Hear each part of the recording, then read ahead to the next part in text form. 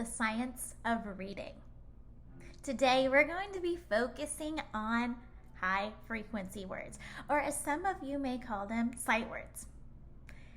Have you ever said, oh, sight words, easy, I just send them home, the kids have to memorize them, once they've memorized them, they're gold. Right? Well, I'm here to tell you that you can actually teach sight words intentionally. You can be intentional when teaching sight words. And I'm excited to discuss this topic with you because it's something that I'm very interested in and continuously working on to get better, is that sight word, high frequency word instruction. As we begin today, I want us to think about this. It's so powerful. If a child memorizes 10 words, the child can only read 10 words. Okay, they memorize 10 words, they can only read 10 words. But if the child learns the sounds of 10 letters, the child will be able to read 353 sound words, 4,324 sound words, and 21,655 sound words. By just learning sounds of 10 letters, they can read all of those words.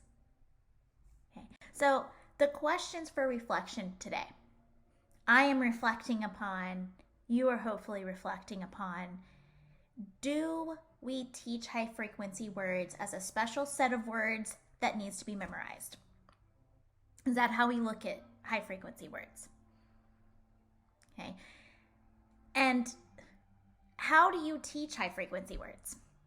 Do you have a systematic approach when teaching high frequency words? It's really powerful. The big takeaway from today that you're going to be thinking about, hopefully, in the school year, the 21-22 school year, is that memorizing is not reading. Okay? What distinguishes skilled word readers from poor word readers? Okay, skilled word readers, they have the ability to identify unfamiliar words by sounding them out, phonic decoding. Okay, if they are skilled word readers, they have the ability to remember words they have read, which is orthographic mapping. Now, a lot of you are probably saying, Alyssa, orthographic mapping. I've heard a lot about this. Not too sure what it is. What is it? Okay. Orthographic mapping is the process we use to permanently store words into long-term memory. Orthographic mapping, okay, helps us to know that when we see the word cat as adults, we're not just cat, oh, cat. Okay? We know that C makes the k sound, right? We know that A in that word makes the a sound. We know that T makes the t sound. We have already permanently stored the CAT word cat in our long-term memory that is just automatic for us, right? That's orthographic mapping. Now, orthographic mapping requires letter sound proficiency, phonemic proficiency, and the ability to establish a relationship between sounds and letters unconsciously while reading. It's very automatic for us. Now, I love this table because the levels of reading development, as a primary teacher, I think this is a great reminder of majority of where your kids are in each level. So like preschool and kindergarten, we can see level 1. They're working on letter sounds. Okay, a lot of kindergartners, late kindergartners to mid first grade, we're working on phonics, right? We're working on decoding. We're working on those phonics skills. And then we think about that sight word learning via orthographic mapping, just automatically being able to read that word. That happens typically. You know, all kids are different, but late first grade to mid second grade and on, plus maybe for some. And I think this really challenges our thinking because over the years, really, the standards, the expectations of each grade level we have really built them high up, which is not a problem until, I don't know, you look at that, if you have kids that are coming in preschool and kindergarten still working on their letter sounds, by the end of kindergarten, we're expecting them to automatically know how many sight words, right? This challenges my thinking. I don't know about you, but if you look at this table, I think that a lot of us will find it interesting. Now, it is suggested that students should learn high-frequency words according to spelling patterns and not according to frequency, number, or theme. So what it means is, of course, when you're working on the phonics skills like R-controlled vowels, you would pull in like the word sight word farm, right? You could talk about those R-controlled vowels in that lesson using that sight word farm. Now, when they say not according to frequency, number, or theme, if you say, okay, sight word the, I'm going to teach that first because you see the all over the place. That's not necessarily suggested. Also, with theme, if you're looking at, for sight words, we have sight word blue, yellow, green. Okay, I'm gonna group all of those because they're color words, and we're gonna learn the color sight words first. So that's not necessarily suggested. Now, high frequency words can be organized to fit into the phonics lessons so that the words are tied to spelling patterns students are learning. Integrating high frequency words into phonics lessons allows students to make sense of the spelling patterns that they see in these words. Best practice number 1. Clear, concise explanation defining high frequency words for students and families. So I'm thinking, okay, especially as a primary teacher, yes, how am I going to explain why and how we're learning these high frequency words for students? But also, more importantly, how am I discussing this with their families, with their parents? These words sometimes have unexpected spellings, and I think that's important for us to be very vocal about with the families that are working on these words with their children. And as a virtual teacher, most of us have had some experience with that. I definitely have heard people teaching and trying to instruct their kids on these high frequency words and like, just sound it out. But then a lot of times, usually when we see some of these words, they cannot be sounded out. They have to be some of the parts have to be memorized, known by heart, or maybe those phonics skills, especially in kindergarten, if we haven't learned that double E pattern, EE makes that long E sound, the children are not ready to sound that word out. They don't know that skill yet. So I think it's important for us to be thinking about how we are explaining the sight word or the high frequency word instruction. And also for primary teachers, especially kindergarten and first grade, and hopefully this offers some insight to second and third grade teachers that, when is it appropriate or when are kids ready to learn sight words, high frequency words? Well, a lot of times you will see that they're ready to really focus on that instruction and be proficient in it when they can identify all letters of the alphabet, both uppercase and lowercase. They know the sounds associated with those letters. They show interest in reading and writing. And of course, they begin asking questions in words or spelling, or they're noticing the patterns. That's when we know they're ready for sight word instruction. And being a kindergarten teacher, this is very helpful for me because a lot of times we'll see those kids that are struggling with sight words all year long. But if we go back and think, were those kids, did they know their letters coming in? Do they know the sounds yet? Do they know that information before we was trying to start teaching those sight words? And a lot of times you'll come to find they weren't ready. They weren't ready for that. So that hopefully provides some insight, right? Now, best practice number 2, focus on speech to print. Shift from a word wall to a sound wall. You might have heard this. If you have been on Instagram, Facebook, any social media platform, you're probably realizing that people are shifting. They're shifting their ideas, their mindset from a word wall to a sound wall. Now, if you've heard of it and you don't really know too much about it, hey, it is it's a new concept. And we are very familiar with word walls, right? Right, we see this on the left-hand side that we usually group our sight words on a word wall alphabetically, okay?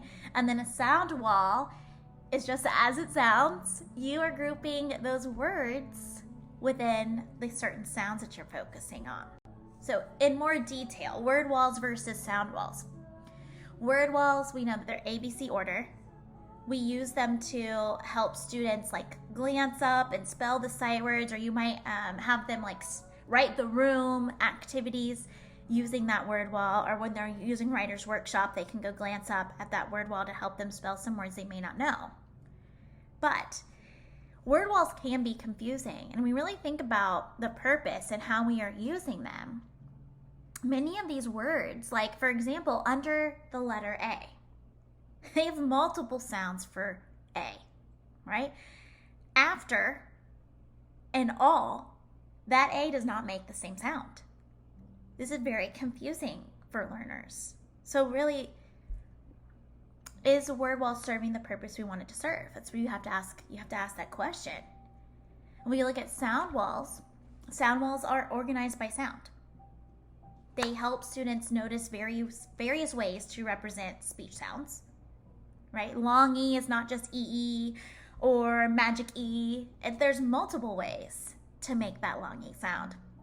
Now, sound walls draw attention to the structure of the word, and it draws attention to articulatory gestures, which is the way that our mouths move as we say certain sounds. Okay, so that's something to be thinking about. Are you going to make that switch? Now, best practice number 3. We can use an instructional routine to teach high-frequency words that draws students' attention to internal analysis and mapping of words. Basically, we can be intentional. We can be intentional about teaching sight words. There is a method to the madness. A common practice to reconsider. Let's rethink this, right? High-frequency words need to be categorized according to whether they are spelled entirely regularly or not. Restructuring the way high-frequency words are taught makes reading and spelling the words more accessible to all students, right? We want all students to succeed in these sight words, not just because they have good memory, okay? I think we need to be done with that excuse. There is a way to teach these words so that all students feel successful. But first, I'm going to talk a little bit about flash words. For instructional purposes, again, high-frequency words can be divided into 2 different categories. Those that are phonetically decodable and those that have irregular spellings. Okay, so there's 2 different groups. First, I'm going to talk about the ones that are decodable. Okay, we call high frequency, or what I can call, some people might call it different things, but we call high frequency words that are regularly spelled and thus decodable flash words. Okay, although their spelling patterns are easily decoded, flash words are used so frequently in reading and writing that students need to be able to read them and spell them in a flash. That's why we teach them, right? So examples of flash words at the CBC level are can, not, and did. We think about the word not, for example. Not, ought. Okay, we can hear that we can hear the ought. We know how to spell N-O-T as not. We know how to read it. It's decodable. Kids can work on sounding them out, and we can do phoneme graphing mapping to help figure out these words. What is phoneme graphing mapping? Glad you asked. So this is where we can be intentional in teaching our sight words. So the sight words that can be decodable, because if you look through your list, you will have some that are definitely, if not some, more than some, decodable. So for example, let's look at the word stop. Okay, so the very first thing that I would ask, when we're looking at this word, I would say the word stop. And I would have the students tell me, what's the word? Stop, right? Stop. Okay, now we can use those phonics first skills, tapping out the sounds. How many sounds do we hear in the word stop? St, op. How many sounds do we hear? St, op. stop. That's right, we hear, and they should be telling you 4 sounds, right? And at that time, the teacher can either draw, you see 4 Elkonin boxes right here, or you could just draw 4 lines if you wanted, right? And we represent that each one of those boxes is a sound. Now, this is where your phonemic awareness comes into play. This is really important because then we can kind of detect where we're struggling, right? So we've counted out the sounds. We know there's 4 sounds. Now I'm going to have the students or the teachers, if you want to model it, you might model it first and then have the students do it the second time. But you're going to model the sounds, okay, by using those chips. So for example, okay, stop. Stop. Stop. And then we can do it again when you're bringing the chips down, right? This might be where you're having the students do it. Stop. What's my word? Stop. That's right. Now we're ready to write it, right? So we know we've used those chips to think about the sounds. Now there's no irregular spellings. We should be able to spell this word, right? What sound, what letter makes the S sound? S. St. What letter makes the T sound? T, right? Ah. P. Stop. What's my word? Stop. And you might have them write this word again, maybe 3 times, right? You might have them write it all over their paper, different sizes that they wanted, or maybe just 3 times underneath those Elkonin boxes. But then that's where that practice comes into play. You have them writing it on your kidney table with expo markers. You have them writing it in the air. You have them writing it on whiteboards. So this is, again, you've intentionally taught it. Now you're ready to practice it. Okay. Well, now you're like, hey, listen, not all high frequency words are decodable, and you're right. There are irregularly spelled words, and we're going to call these heart words. Okay, irregularly spelled words are called heart words because some part of the word will have to be learned by heart. Heart words are also used so frequently that they need to be read and spelled automatically.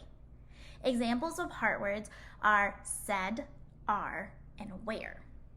We know, for example, if we're looking at said, said, if you're going to have a child spell that, they know that's S, right?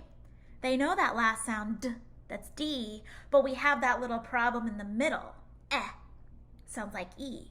But we have to know by heart that in said, it's not going to be an E. And I can teach this intentionally, right? Yes, there's going to be still a little bit of memorization, but I can still be very intentional and use the phoneme grapheme mapping, right? So let's look a little bit deeper. Knowing an irregular word, it presents a challenge for decoding because either the sounds of the letters are unique to that word or to a very small number of words, which is permanently irregular, or, which is huge, this next point, huge in lower grades, the student has not yet learned the letter sound correspondences in the word, so it's temporarily irregular. For example, the sight word see, okay? In upper grades, they're going to learn that the E, that double vowel, is going to make the long E sound. But in kindergarten, the beginning of kindergarten, they don't know that yet. It's temporarily irregular. So some of those words will change, like C will change as they move up in grades and they learn that phonics skill. Today we're going to practice really quick the word said and how I would instruct intentionally that sight word said. Okay, so here I have it covered up because I would introduce the word said, right? Just like we would do in phonics first. I say the word said, students say the word said, maybe we stretch the sounds out. S-ed. How many sounds do you hear? S-ed. That's That's right, 3 sounds. And then I can draw those lines, right? S, ed, for the 3 different sounds. Now, I would start asking the students, okay, what is the first sound that you hear? Said. S. That's S, right? What letter spells that sound? S, that's right. S. What's the word? Said. Okay, and then we think, what's the last sound that I hear? Said. D. Great. What letter makes the D sound? D, that's right. What's my word? Said. Right. Now I'm thinking about the middle sound. What do you hear in the middle of said? S-ed. Eh. That's right. You hear the eh sound. And this is where I would say, okay, these are the letters you're going to have to know and remember by heart, right? So in the word said, the AI makes the eh sound. And then the students might repeat, AI says eh in said. Now, you can also use, what I like to use is these colorful boxes represent the phonics skills that the kids have already learned that they know. Okay, so the S makes the S, that's a normal skill. The D makes the D, normal skill, right? But we have to know when we mark it by heart, we underline it and mark a heart, that the AI in said is eh, right? So using those colorful boxes, the other parts, we can use our phonics skills, okay? But we do have to know by heart that the AI says eh, ed, said. And at this point, that's when you can bring in, again, those practicing tools, whether you're using the screens and the red crayons to write the word said. Of course, you're using it in sentences. Also, the arm tap would be perfect after this, right? Said, ed, said, and I'm sorry, S-A-I-D, said, S-A-I-D, said. And so you're using those practice tools right after you intentionally teach this word. Again, whether you're using sand, you're using arm tap, you're probably doing a mixture of everything, right? Shaving cream would be a great tool to use also if you're in the mood for that. Now, again, let's categorize. We remember that, again, words on any high frequency word list can easily be categorized into flash words. We are not going to have anything that you know by heart, right? It can all be decodable or heart words. However, be cautioned that a word may change categories, right? So if you're in 2nd grade, the word see is probably not in those heart words anymore. It's in your flash words because it is decodable because you know that double E pattern, right? Now, heart word routine, and it is always very important, you can see this here, to kind of have a routine, which we do, right, with our phonics. I want us to not think of sight words as a different set of special words, right? We can teach them just like we teach any word, right? We say it, we match sounds and letters, right? Whether they are decodable, we can use our phonics skills, or we have to remember them by heart. We discussed that. We read and spell aloud using our arm taps. We air write. We use whiteboards, and we use sand, and we use flashcards, right? We can use all of these things to help us learn these words. Remembering that the goal is to leverage their phonemic awareness to help anchor these words into their sight word memory for effortless retrieval. Now, if you want more information, and resources. Oh, there's so many resources. Please visit the UFly Virtual Teaching Resource Hub. UFly Virtual Teaching Resource Hub. There's a link for it. It has not only the heart words, irregular words, high frequency words, all the PowerPoint points and Google Drive resources. It also has games. It has different activities, guided reading lesson plan and formats, examples. This is a goldmine of resources. So make sure you check it out if you're interested in doing a little bit more work on your reading instruction, not just irregular words, not just sight words, but all of it. Go ahead, check that out.